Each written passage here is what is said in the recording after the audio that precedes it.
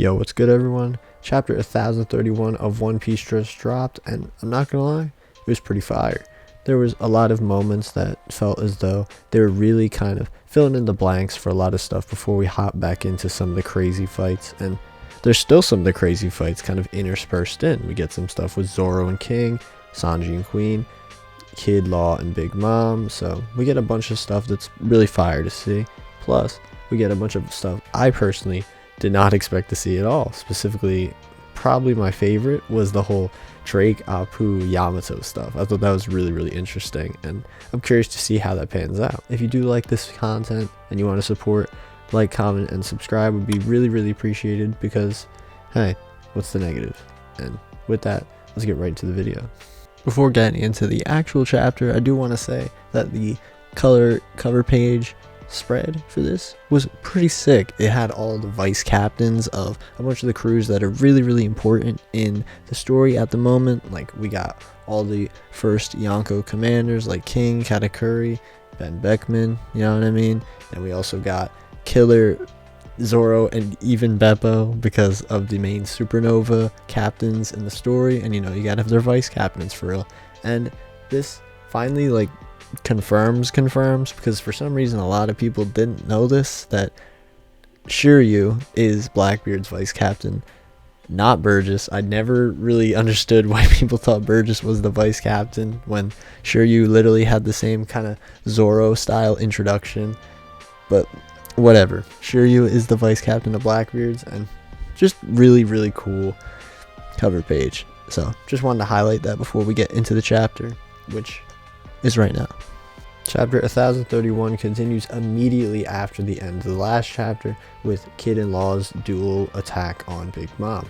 And Big Mom's pretty pissed, and I'm not gonna lie, it was really cool. She takes out the life energy of a ton of the beast pirates and gives it to herself, and somehow she's able to buff herself, which I thought was super sick, because it feels as though this is just some way of her ability that we just haven't seen before. And personally, this feels a lot like Big Mom's awakening. I don't really know exactly if this is or just another facet of her normal soul fruit abilities, but really cool. And it gives her these like flaming eyeballs which look really sick. So it just goes to show that Big Mom definitely was not even in her fullest form. So very cool to see, and as someone who likes Big Mom, I'm glad to see that she's not being fully treated as a joke. So very cool.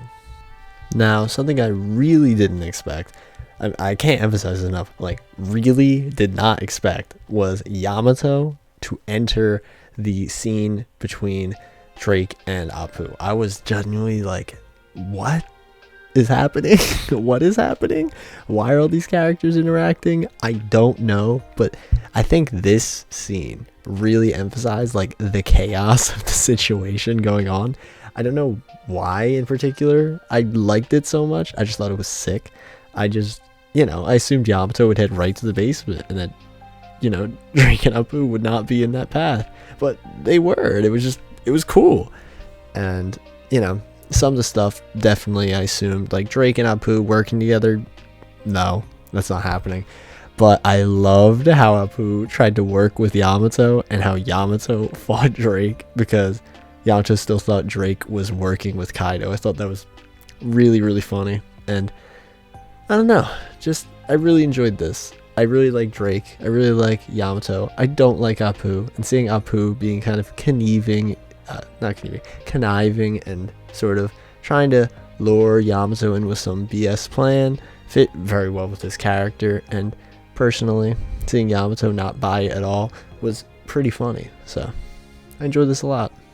We actually get a glimpse of what Brook and Robin are up to, which is really great, because I love what they're doing with Robin and Onigashima, so super psyched. And we actually get to see that the CP0 agents are not after Big Mom, they're after Nico Robin, and it's just, ooh, that was a twist I really did not expect. And I'm just curious how this is going to pan out, because what I'm hoping, here's like my genuine hope, because there's this whole theory around the CP0 agents saying that these are the same kids that Big Mom was friends with back in her childhood. Now, if Robin and Brook are running away all the way back to the live floor where all the Straw Hats will be together, and coincidentally Big Mom might end up there as well. I think it would be really cool if Big Mom and the CP0 agents run into each other, have that whole sort of moment. I think it could be really, really cool. So hoping that could possibly be the case. But nevertheless, the CP0 agents going after Robin is super sick. This could give Brook the chance to actually fight a CP0, well, Cypher Pole agent in general, since it would be cool that all the Straw Hats kind of had that, especially Jinbei fighting Who's Who as well. So I thought that is a really cool coincidence if what's going to happen is happening and Brook's fight is against these Cypher Pole agents. Really, really cool. We don't really get that much on it, but we get to see that the ones with the masks are apparently like the next level, which I thought was kind of odd. However, I realized that Lucci was seen with a mask many times, like in Dressrosa he was wearing a mask, and I thought, oh, so Lucci is still considered like the top of Cypher Pole Zero, but he just doesn't wear a mask all the time because we just know him, and it would be weird if he was wearing a mask, I assume. So Oda was like, nah, just leave him as Lucci.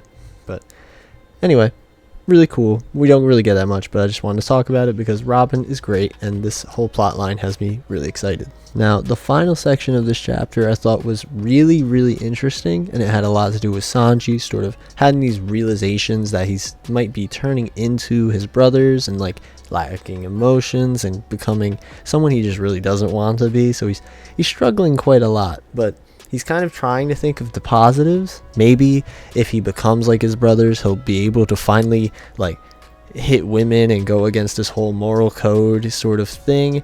And I was just like, Sanji, no. I know a lot of people really do want Sanji to, you know, finally break out of this apparent curse on his character, but personally I think that this whole code that he follows, especially after his entire Germa flashback where we understand why he cares so much about women and why he has this high moral upstanding virtue to protect them, I think that made it so much better. And if this does happen, this sort of idea of like, oh, I just need to, you know, act like them and, you know, attack women, that'd be kind of dumb in my opinion. So something I felt like I absolutely had to note because I noticed this and I thought it was a really, really cool detail. But Sanji's eyebrow is actually now the other direction. Usually the eyebrows are, you know, facing, well, at least in the post time skip it's facing towards his nose, and in pre time skip the other one was away from it. Now they look like the rest of his brothers, and I was just like, oh my god, no. It was such a subtle thing, but it was really crazy when I noticed it. So I really wanted to point that out because I was just like, oh my god, he might actually be turning into them. This could be a bad call. And it doesn't really help that he sees this woman on the ground and is like, oh, did I do this? And it's genuinely like causing him some stress. So it's just like, whoa, really crazy stuff. He's running away from Queen, and Queen eventually gets back to him like, oh, you need to show me all the Germa science, you need to show me all the power that you are able to possess. What did Judge really do to you? Why are you a failure of Judges? Stuff along those lines, you know what I mean? And Sanji does something I really, really didn't expect, and apparently destroys the raid suit. I can't tell if it is destroyed yet, but he grabs it and crushes it into the ground, and we don't see what happens next, but I'm just like, that's awesome. Really, really cool. So it seems that it's gone, and personally I'm genuinely a bit shocked by this development because I felt as though where the story was going was Sanji was kind of going to run away from his past because it's now literally unable to be something he can run away from with these kind of physical attributes he's developing, and then he's going to accept the raid suit and realize like, oh, I can't run away from this anymore, I might as well use it to protect people I care about, stuff like that. But this is a rather shocking development. I'm wondering if this will lead into Frankie and Usopp sort of editing the raid suit in some way, or maybe they already did make their own. Highly doubt that, but maybe that could be an option, who knows. Nevertheless, I thought pretty wild development. And after this, we have something very interesting. 2 in a row, very interesting. So Sanji gets on the phone with Zoro, saying that, oh, hey, if I go crazy, just kill me right now. And Zoro's fighting King, and King is shooting like these really cool attacks. It looks like he's just shooting out projectiles at Zoro through his pterodactyl form, and it looks pretty awesome, not gonna lie. And the fact Zoro is blocking all these attacks while still talking to Sanji on the phone is super funny, obviously, because Zoro has a sword in his mouth. But Sanji is thinking really logically, like, oh, I saw this woman, she was bleeding, I don't know what happened, because my mind wasn't just there, just wasn't there. And he's thinking, oh my god, I could genuinely like be someone I don't want to be, and if I end up being like this, I really want you to kill me. Because he trusts Zoro very, very much so. So he trusts that Zoro will actually go through with it, because Zoro respects Sanji, even though they obviously fight all the time. There is a very deep respect for each other, and I just think it's really cool. And Sanji uses an attack we haven't seen in a long time called Hell's Memories, which was used all the way back in Fishman Island when he thought back to his painful sort of time with the Kamabaka Kingdom, and now it's being interpreted as his memories of like his past, you know, like with Germa and all them. Now, back onto the topic of the Kamabaka Kingdom. Sanji attacks Queen with Hell's Memories, which is an Okama attack, and I'm just like, oh, we're finally going back. We're finally going back to what Sanji was gonna be at the start of the time skip. What I assumed, because I remember he did a recipe way earlier, like an Okama recipe in, I think, Fishman Island or Punk Hazard, but it was early, and Sanji did that, and I was in disbelief. He's like, he's using these people's abilities. He hated them so much, and I'm just wondering, is Sanji like, I don't know if he's becoming an Okama, which is obviously such a swerve from him becoming like Germa, but I'm just so interested, like, where's this going? Because I'm pretty certain, right? I don't want to be like 100%, but a lot of Bon Clay's attacks, we're talking about like memories, like memoirs, stuff like that. That was like a thing with Okama attacks, and I'm just so curious where this is gonna go. Like, genuinely, I don't know what's happening. This could definitely explain why Sanji called Zoro like, yo, if I stay like this, kill me. I don't want to be like this. And this Okama swerve could definitely be that. Overall, I really enjoyed this chapter. I thought there were a lot of twists I just did not expect to happen whatsoever. Like the Big Mom power-up I thought was really cool and fit with her abilities pretty perfectly.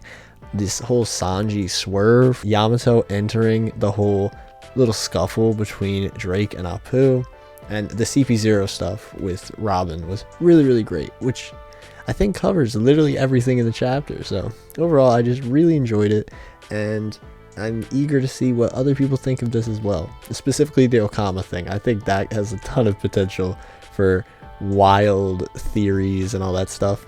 So yeah, those are my thoughts on the chapter. If you have anything in particular you were a big fan of, like, I don't know, anything in the chapter, I'd love to know, because personally I think there were a lot of highlights, and I'm curious what your favorite moment was.